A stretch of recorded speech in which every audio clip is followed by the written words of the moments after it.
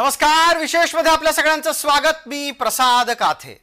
असं म्हणतात जिथे धूर निघतो तिथं आग लागलेली असतेच। हे विधान सध्या भाजपा विरोधी आघाडीबाबत जुळून आलंय।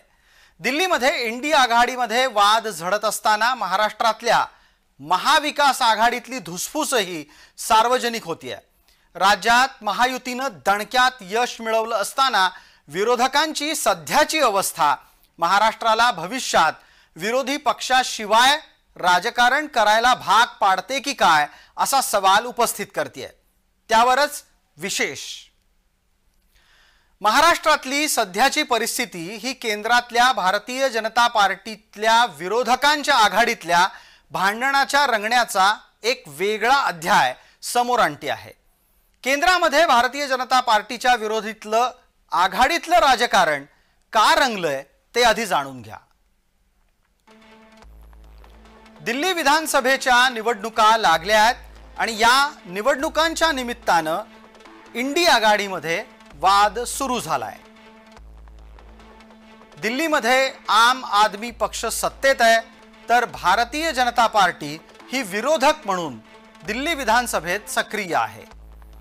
केंद्रातल्या सरकारच्या विरोधात आप आणि काँग्रेस हे सोबत आहेत आणि याच सोबतीच्या भरोशावर काँग्रेसला दिल्ली विधानसभेसाठी जास्त जागा हव्या आहेत। पण प्राप्त स्थितीमध्ये आम आदमी पक्ष दिल्ली विधानसभेसाठी काँग्रेसला सोबत घ्यायलाच तयार नाही। त्यामुळे काँग्रेस आणि आप यांच्यात वादावादी सुरू झाली आहे। काँग्रेस विरुद्ध आम आदमी पक्ष आणि विरुद्ध भारतीय जनता पार्टी असा सामना दिल्लीत होऊ घातलेला आहे। याचा परिणाम इंडिया आघाडीवर स्वाभाविकरित्या होतोय। दिल्लीतल्या कटकटीमुळे आपची जाहीर भूमिका ही काँग्रेसच्या विरोधात गेलेली आहे।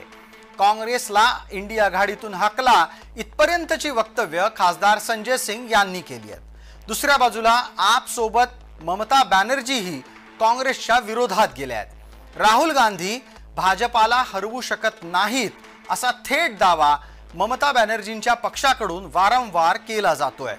परिणाम स्वरूप राहुल यांचं नेतृत्व बदलावं आणि इंडिया आघाडीचं नेतृत्व ममता यांच्याकडे द्यावं अशा हालचाली वेगानं सुरू आहेत। साधारणपणे सिविक बॉडीजचे इलेक्शन्स असतील किंवा दिल्लीच्या ज्या निवडणुकांकडे सगळ्यांचं लक्ष लागलेलं आहे त्यात देखील जो प्रचाराचा भाग असेल किंवा नेत्यांची वक्तव्य असतील किंवा नेतृत्वाचा भाग असेल या सगळ्या ह्याच्यात अचानक एक गुप्तता एकमेकांमध्ये पाळण्याचा प्रकार हा आपल्याला दिसून आलेला आहे।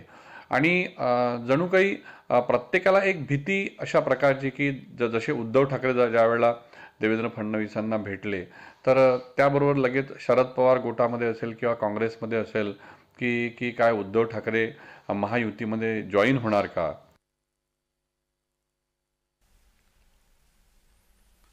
भाजपा विरोधी आघाडीच्या या कुरबुरी महाराष्ट्रातही परिणाम करतायत। राज्यामध्ये ठाकरे गट हा मवियातला सगळ्यात मोठा गट बनल्यानं त्यांना आता स्वबळ आजमावण्याची इच्छा झाली आहे आणि तशा प्रकारे नाशिक पासूनच सुरुवात करावी अशी विनंती नाशिकच्या कार्यकर्त्यांनी पक्ष नेतृत्वाला केली आहे। स्वबळावरती निवडणूक लढवाव्यात महापालिकेच्या ही प्रत्येक शिवसैनिकाची अपेक्षा आहे। तसा नाशिकमध्ये कार्यालयामध्ये बैठक झाली तर प्रत्येकाने हाच सूर त्या ठिकाणी मांडलेला आहे की आदरणीय उद्धव साहेबांना आपण सांगावं की स्वबळावरती नाशिक महापालिकेची निवडणूक लढावी अशा प्रकारच्या प्रतिक्रिया शिवसैनिक आणि पदाधिकाऱ्यांमधून येत आहेत। मुळात मविया सर्वाधिक कमकुवत असताना त्यांच्या ठिणगी पाडली कुणी हा कळीचा प्रश्न आहे आणि त्याचं उत्तर आहे शरद पवार। काय म्हणाले पहा। मुळात शरद पवारांनी निकालानंतर 2.5 महिन्यांनी निवडणुकीवर भाष्य केलं। त्यात ते म्हणतात राष्ट्रीय स्वयंसेवक संघाचं महायुतीच्या विजयात महत्त्वाचं योगदान आहे। मविया लोकसभेनंतर निर्धास्त राहिली असं वक्तव्य सुद्धा पवारांकडून करण्यात आलं।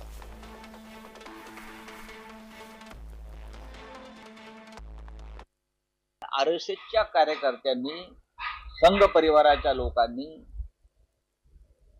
बूथ मॅनेजमेंट ज्या पद्धतीनं राबवली ते कौतुकास्पद होतं. हे मान्य केलं पाहिजे. प्रत्येक बूथवरती किती मतं वाढवायची आणि कशा पद्धतीनं वाढवायची, कशीही. मग यंत्रणा विकत घेणं, यंत्रणेवर दबाव आणणं, प्रत्येक बूथ नुसार त्यांनी काम केलं, त्याचा त्यांना फायदा झाला. पवारांचं विधान पुरेसं ठरलं आणि मवियाच्या अंतर्गत नाराजीचं धरणच फुटलं. 20 दिवस आम्ही जागेंचा घोड ठेवला. नाना पटोले आणि संजय राऊत हे दोन प्रमुख नेते त्या ठिकाणी होते, त्यामध्ये आम्ही होतो. परंतु जागा वाटपाचा तिळा जर 2 दिवसात संपला असता तर 18 दिवस आम्हाला प्रचारासाठी आणि प्लॅनिंगसाठी उपयोगी पडले असते. आम्ही कुठलंही प्लॅनिंग करू शकलो नाही. आम्हाला कुठलंही प्लॅनिंग करता आलं नाही. आम्हाला निवडणुकीसाठी तीनही पक्षाला संयुक्त कार्यक्रम आखता आला नाही. हे अनेक कारणं झाली. त्यामुळं मला वाटतं हे एक मुख्य कारण आहे की जागा वाटपांचा घोळ आणि घालवलेला वेळ याचाही फटका नक्की बसलेला आहे. जागा वाटपाची प्रोसेस ज्या पद्धतीनं लांबली गेली त्याची गरज नव्हती. आणि ती का, कोणामुळे आणि कशी लांबली हे बहुतेक विजय वडेट्टीवारांना माहीत असावं. काँग्रेसला जास्त जागा हव्या होत्या आणि काँग्रेसला सगळ्यात कमी जागा मिळाल्या, म्हणजे जिंकून आल्या. आम्ही 20 जागा जिंकलो, पण आता त्याच्यामध्ये कशा करता वाद करायचा. जागा वाटपाला विलंब झाला हाच मुद्दा आहे. जागा वाटपाला विलंब झाला आणि त्या जागा वाटपामध्ये मिस्टर वडेट्टीवार सुद्धा होतेच की. अशा अनेक जागा आहेत. काही ठिकाणी वाटत होतं आम्ही राष्ट्रवादी काँग्रेस जिंकेल, पुढे काँग्रेस जिंकेल, पण त्या संदर्भात सकारात्मक चर्चा काही वेळेला होऊ शकली नाही. प्रत्येकाला आपापल्या जागा हव्या होत्या आणि कोणाला तरी सर्वाधिक जागा लढून राज्याचं मुख्यमंत्रीपद हवं होतं. मवियाच्या नाराजीचं नक्की कारण काय, त्यांचं दुखणं काय ते पहा. काँग्रेस नेतृत्व लादते.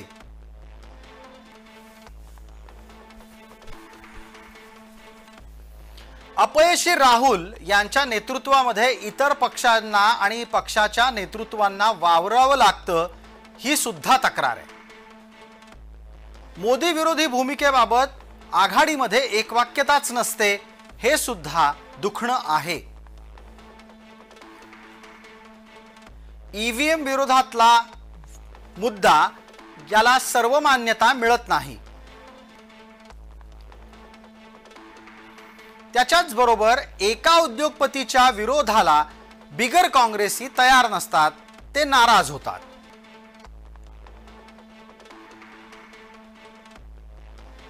सत्तेमुळे गब्बर झालेले नेते हे विद्यमान सत्ताधाऱ्यांच्या विरोधात लढायलाच तयार होत नाहीत. आणि सगळ्यात महत्त्वाचं म्हणजे पराभवाची कुणीही जबाबदारी घेत नाही.